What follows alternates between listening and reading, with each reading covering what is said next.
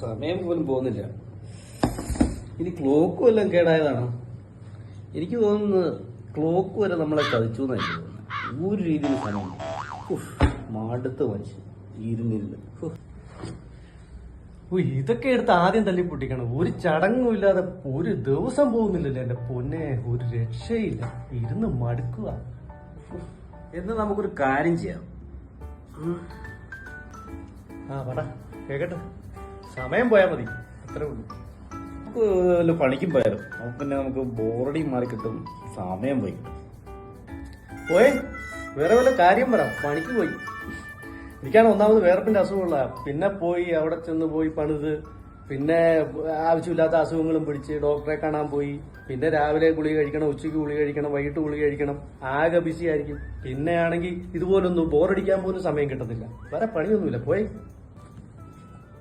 ഇവിടെ ഇരിക്കാം. ഉള്ള സമയം ഇങ്ങനൊക്കെ അങ്ങ് പോയാൽ മതി.